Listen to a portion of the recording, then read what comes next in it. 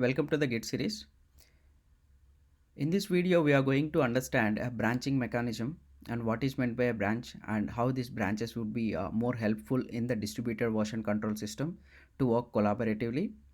In the previous videos, we understand what is Git and how to install Git, and we know what is the Git workflow and how you can add files to the tracker, and then you can commit them to a local repository and how to push them into the remote repository.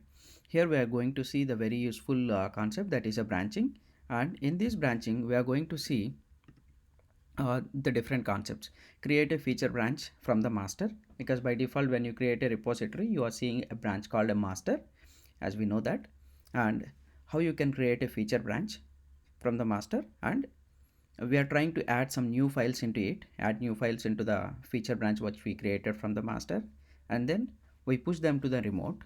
So you can see the master branch and a new branch which we are going to create in the remote repository, and then whatever the new changes we created in the feature branch, we are going to put them into the master branch and we are going to merge them.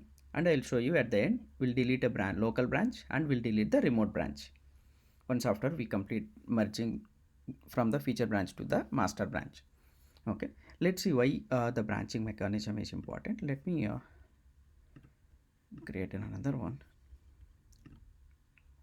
See, let's try to understand here. Say this is our remote repository, as we know. Assume this is a remote, and now we are going to create branches inside that.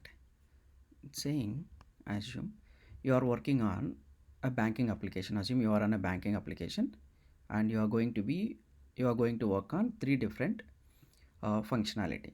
Like, let's say one is the user registration, other one is going to be a payment, user registration. Assume this is going to be our user registration, and one more is going to be a make payment.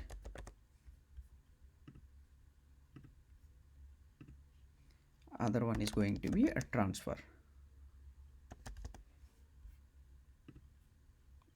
Okay, you want to, this is a remote repository. Assume this is a banking, this is a banking application. To work on this user registration, make a payment and transfer on a single branch inside the repository, we have a master branch, and to work on all the functionalities on one particular remote, so you cannot work that. Instead of, if you want to work, you have to complete the user registration first, and then you need to work on the make a payment and then the transfer. To avoid this, how the Git helps us to work a distributed way. So you are going to create feature branches from this particular master branch. Let's say this is my master branch. Assume this is my master branch, and I'm going to create a feature branch from the master, which means whatever you have the code in the master branch, the whole thing will be coming into a feature branch. You can create a multiple branches from a single branch.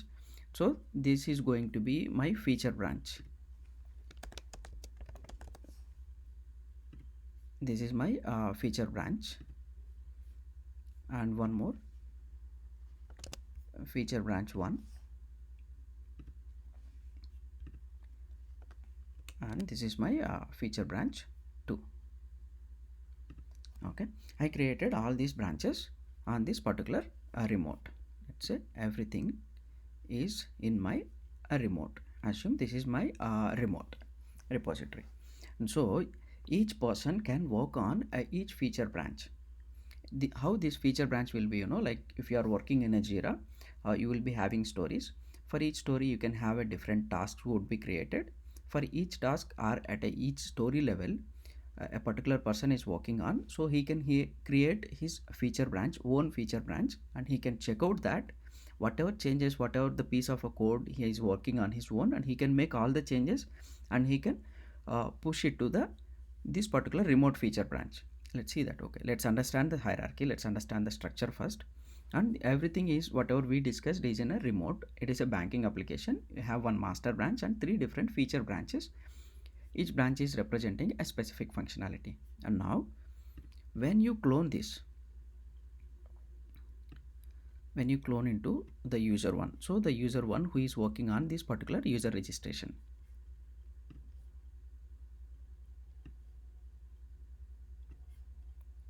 Assume there are three users. Now each one is going to work on each feature. Let me separate this to understand. Okay, this is remote, and below the line is a local.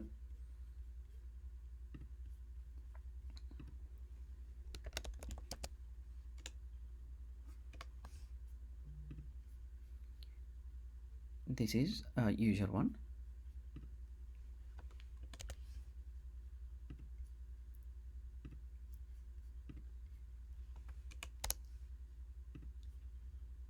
These are the three users they are working on. So once they clone this particular repository, they are going to clone it from this remote.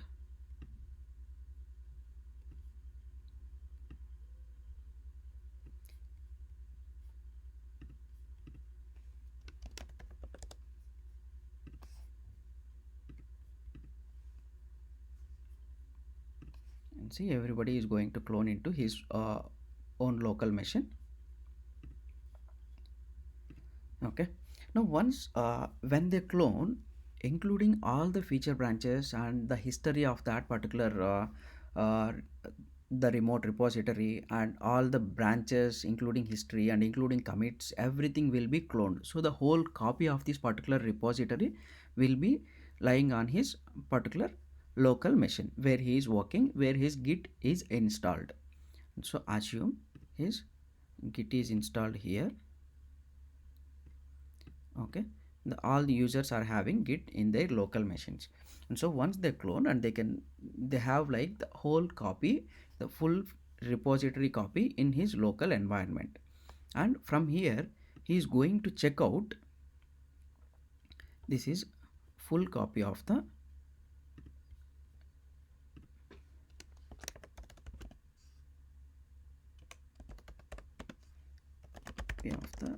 remote repo. This is going to be a full copy of the remote repo, and then user is going to check out this particular specific branch. He is going to check out from here. Assume this is our stage, and once you check out, you have a stage, and then you will be getting a working copy.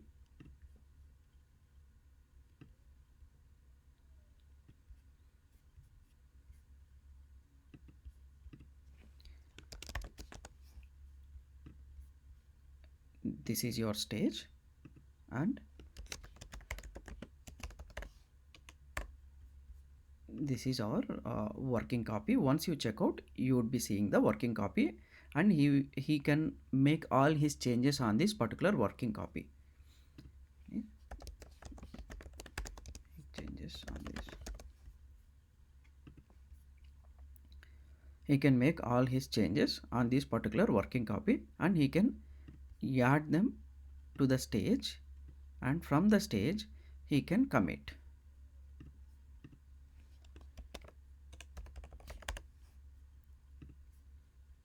See, he is committing it to the local. This is his local repository which has all the branches, whatever the source code, the code base which is there on the remote repository. When he cloned, everything will be available here. And then once he made his changes, he is going to push them to the remote feature branch, not the master branch, because he is working on his feature branch. Once he get the full copy, he is going to check out. Let me make it more clear. Check out.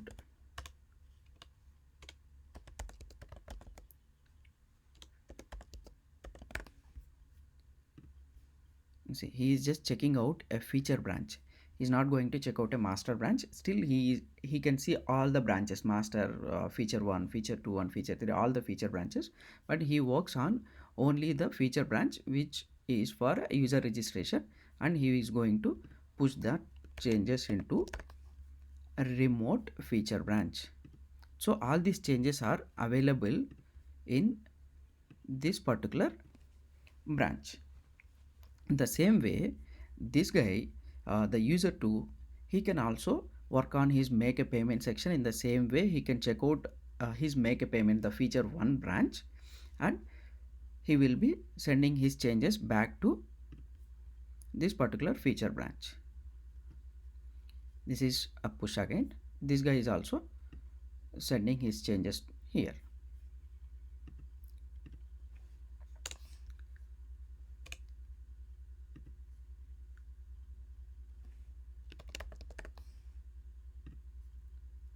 See, he is also pushing here, and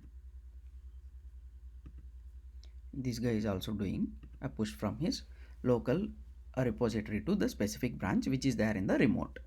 Okay, now everyone can merge their changes into this particular master branch.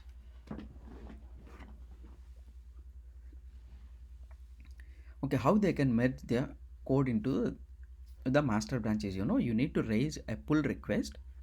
That is, so pull request is something you're going to add some reviewers, and they will look at the code or the changes that whatever you have made on this particular feature branch. Before it goes to a master, somebody will approve, and they will look at the code and they will approve. Then you can merge them.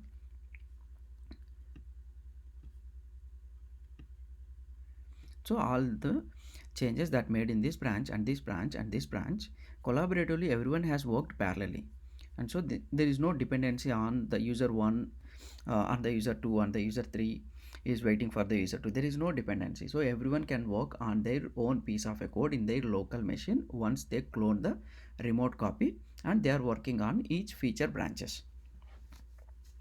Okay, this is called a merge. Here they are going to merge.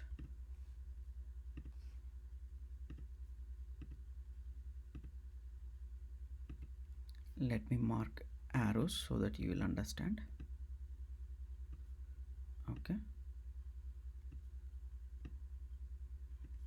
this push is coming from the local to, but the clone you are taking a remote copy to your local, and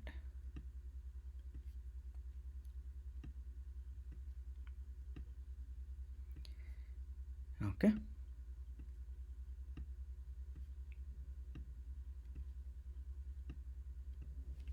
okay, hope this is clear now, and you can see all the directions when you are cloning.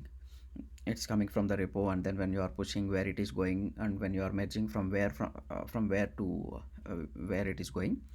Okay, and this is the master branch, and everyone can merge their changes over here. Let's assume a scenario when the user 1 has made changes and he merged into the remote branch, and then the user 2 is trying to push his changes when he is about to merge his changes. Because this remote is the remote this particular branch is already updated with the user 1 changes. Sometimes if uh, the user 1 and user 2 has touched some specific codes, a common code, there might be a chance of a conflict. There might be a conflict will occur, and we need to resolve the conflict, and then we need to push the code. Until you resolve that, it will not let you merge your user 2 code into, that is a make a payment code, into the remote repository. That's a one good feature, like it will tell you the conflicts and you can resolve them. And in another video I'll cover you like how to create a conflict and how to resolve the conflict. I'll show you that in another video. And in this video, this is the branching mechanism. Okay, this is how the branches are more useful when you are especially working on the distributed control system. So from the repository, you have a master branch and you have some feature branches, and you will be cloning each branch to a local workspace, and each user can work independently, and this user can work independently. There is no dependency on these users, and their changes will be merged into the remote master branch. And once this is fully merged and everything is working on, so that is your product. You are going to deliver that product to the user. That's the end product. I hope you understand the concept of the branching and what is the use of the branch. And in the next video we are going to see, let's create a multiple branches. Whatever we have seen in this particular video, I'm going to explain in taking some files example and then creating multiple branches, and I'll show you how to do that, whatever the operation we have seen, and we are going to implement them in the next video. If you have any questions on this, please feel free to comment in the comment section. Thanks for watching the video.